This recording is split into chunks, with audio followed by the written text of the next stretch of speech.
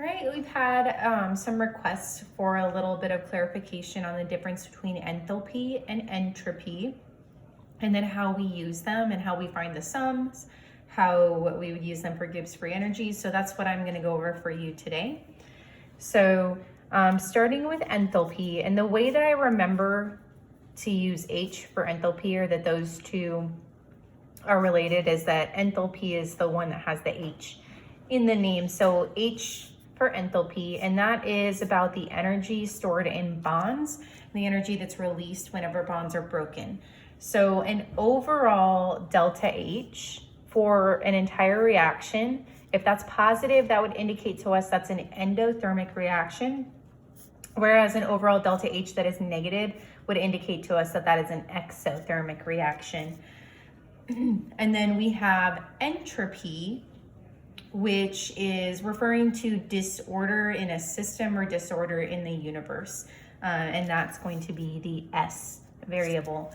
And the note on this, the easiest way to remember it is just that gas is the most disordered, so that would have the highest entropy. Liquids are in the middle, and then solids have the lowest entropy. They're the most ordered type of substance, because those atoms, when they're in a solid, they really can't move around. They just vibrate next to each other. So both enthalpy and entropy values, where we find them initially are just in tables in the back of your textbook. You may not have a textbook at home, and that's why I've been providing tables of the values for different problems that we're doing, tables of just what you need for that problem. But I'm going to show you really quick what those tables look like, so you have a frame of reference. So it's all by different elements and what kind of compounds that those elements typically will form. And then across the top, you can see that there is enthalpy, Gibbs free energy, and entropy for all of those. So I've highlighted the ones that we're going to be using in these examples. So H2 gas, we have the enthalpy value, the Gibbs free energy value, and the entropy value. You'll notice that the first two are zeros, and the reason for that is that this hydrogen is in its elemental state. So there is no enthalpy of formation.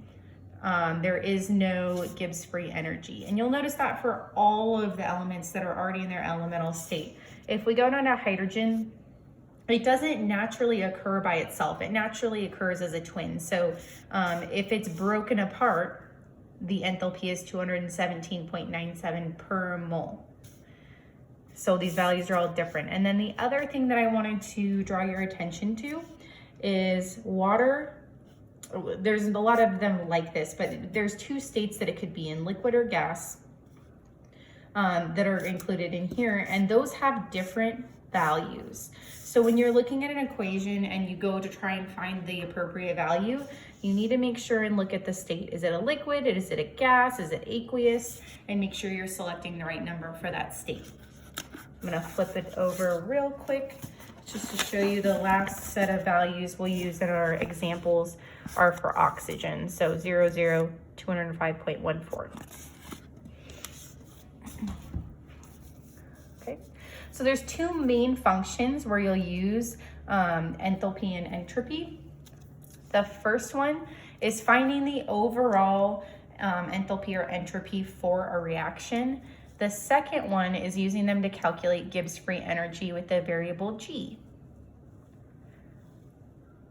So we're going to jump right into using enthalpy and finding the change in enthalpy for an overall reaction.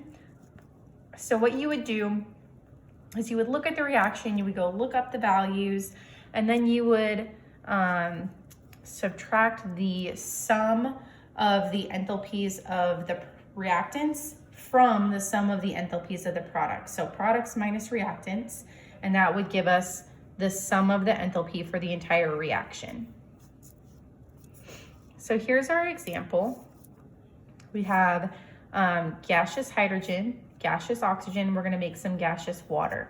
This is a pretty typical simulation or demonstration that we do close to the end of the year, where we put 2 parts hydrogen gas and 1 part oxygen gas in a balloon, and then we would hold a flame next to it and it will explode.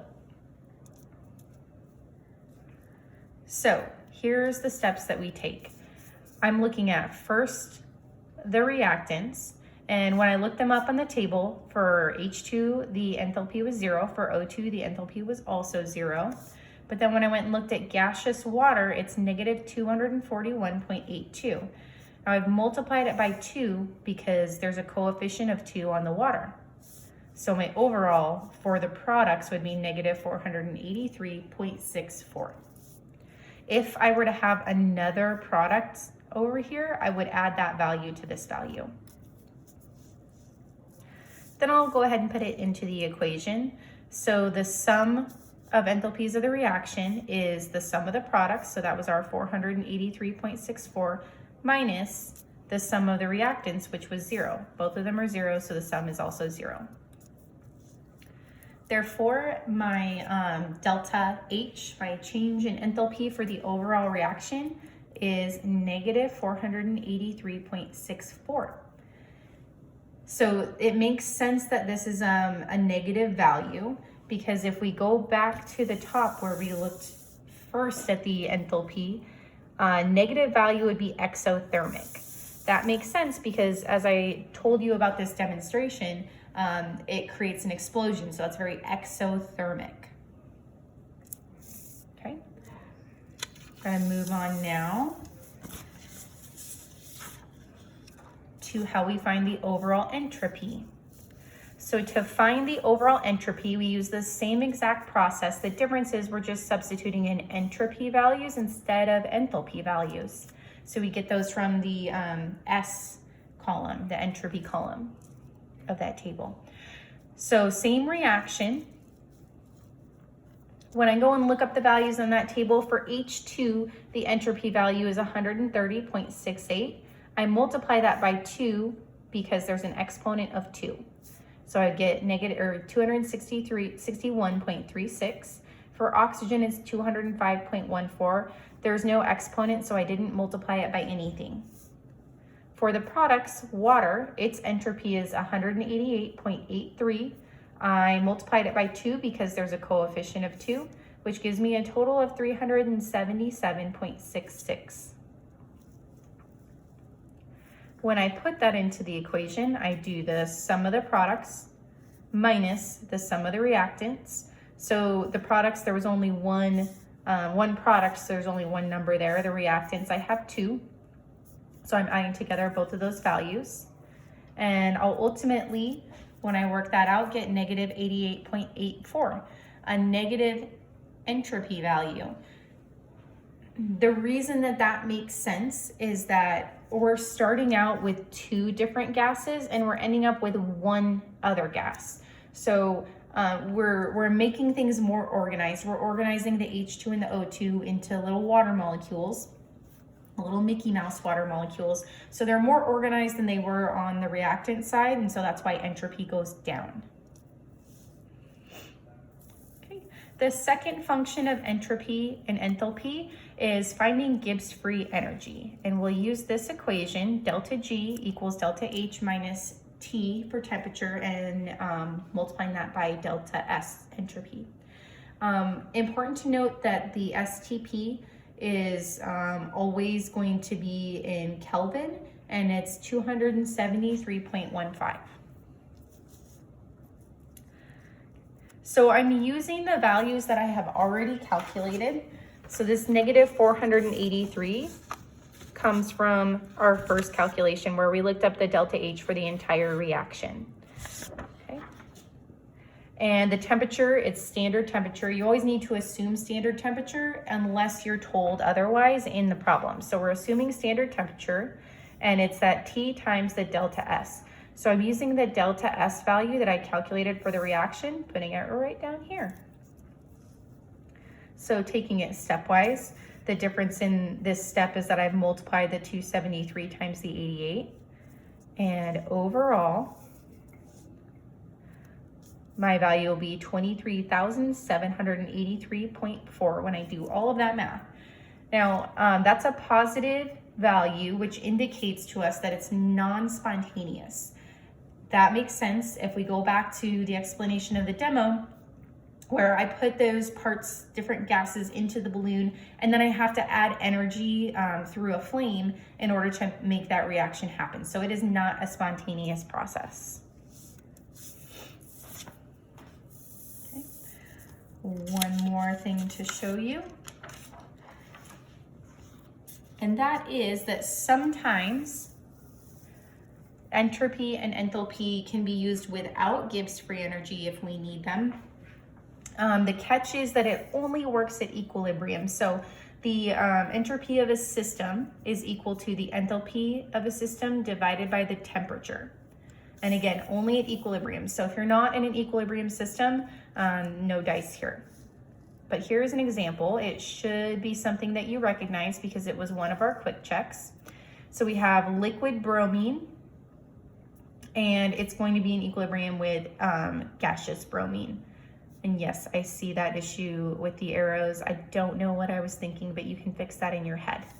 We know that the enthalpy for this reaction is 31 kilojoules per mole, and the entropy is 92.9 joules per mole Kelvin.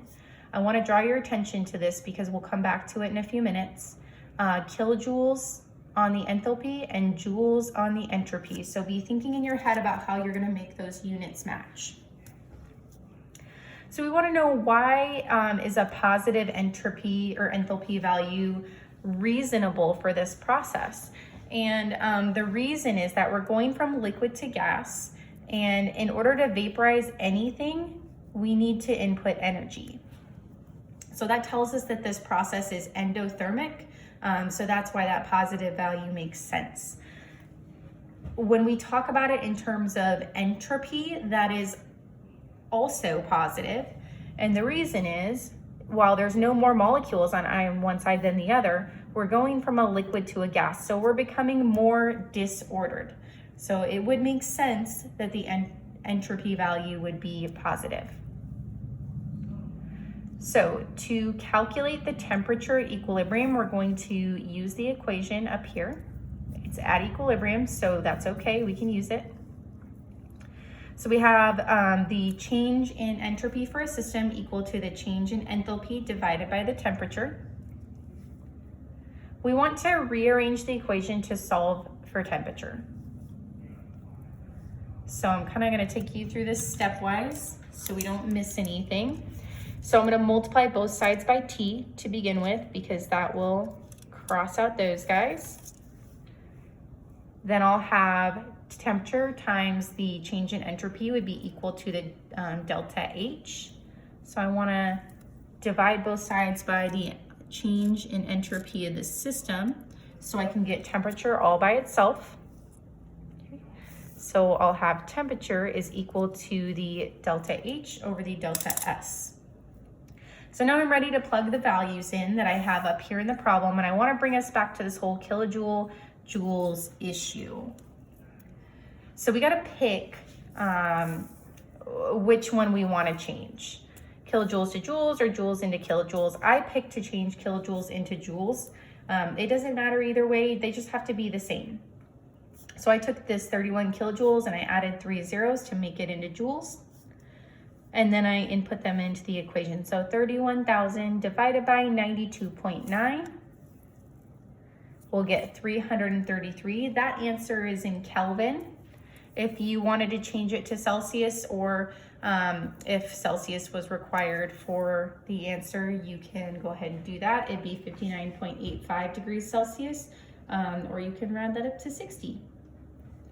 So we've covered finding the overall enthalpy for a reaction, the overall entropy for a reaction, how to find Gibbs free energy given both of those values, and then lastly, how we can, at equilibrium, do some calculations without involving Gibbs free energy. So keep sending your questions and your requests for videos, and we'll keep making them.